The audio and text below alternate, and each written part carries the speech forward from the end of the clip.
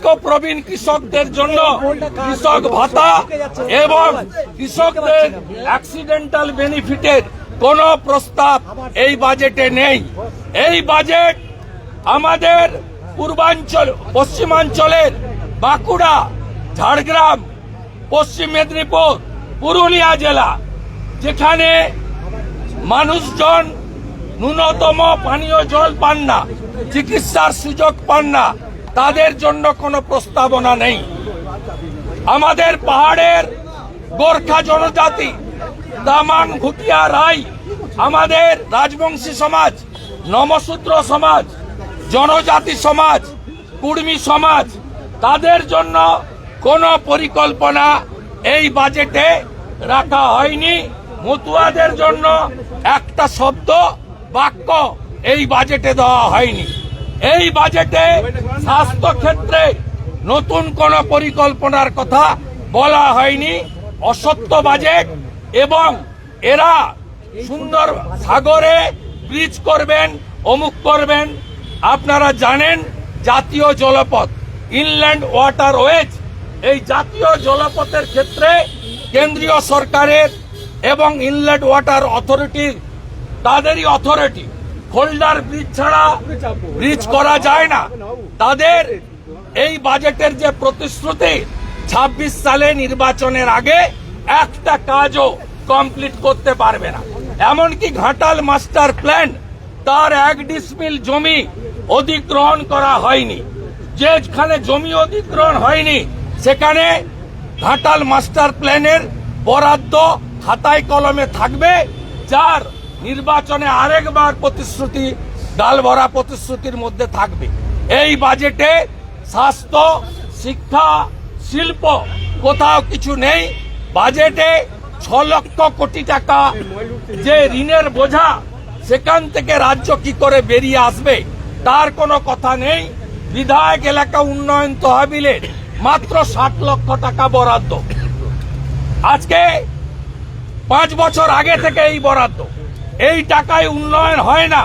যেখানে ঝাড়খণ্ডের মতো রাজ্যে একটা বিধায়ক 5 কোটি টাকা পায় এলাকা উন্নয়নের জন্য, এখানে বিধায়ক এলাকা উন্নয়নে কোনো অর্থ বরাদ্দ করা হয়নি বা বৃদ্ধির প্রস্তাব নেই। সাথে সাথে আপনারা দেখেছেন এই বাজেটে স্মার্টফোন দেওয়ার কথা বলা হয়েছে।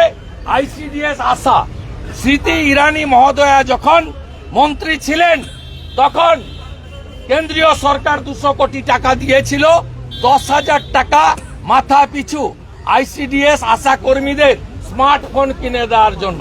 3 বছর ধরে ওই টাকা অ্যাকাউন্টে রেখে সুদ খেয়ে আজকে কেন্দ্র যখন টাকা ফেরত দিতে বলেছে তখন স্মার্টফোন দেওয়ার ঘোষণা এই বাজেটে করেছে।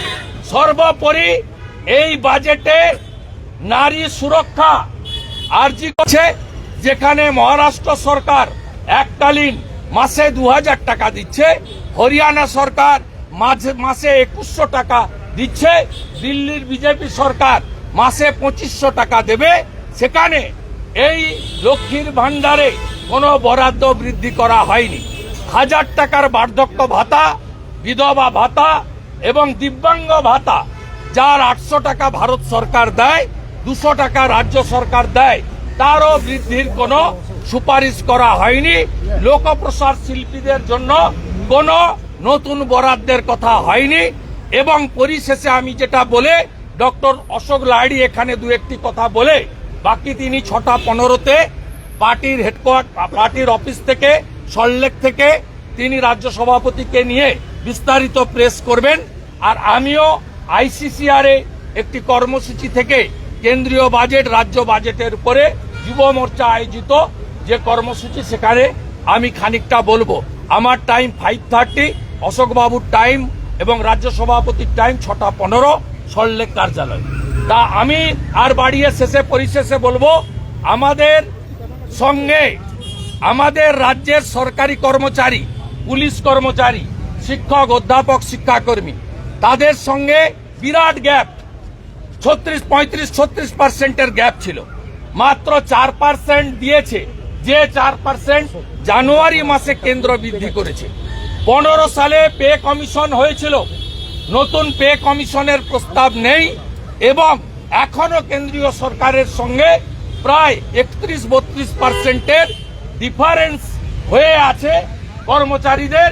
সেই কর্মচারীদেরকে তারা আজকে কার্যত কর্মচারীদের সঙ্গে এই দুর্মূল্যের বাজারে প্রতারণা, বিশ্বাসঘাতকতা করেছে। সামগ্রিক নিট ফল হলো 2,15,00,000 বেকার।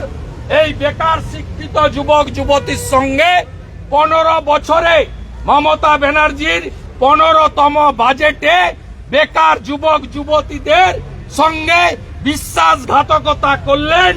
আগামী 26 সালে পূর্ণাঙ্গ বাজেট ভারতীয় জনতা পার্টি করবে, ভারতীয় জনতা পার্টির সরকার করবে।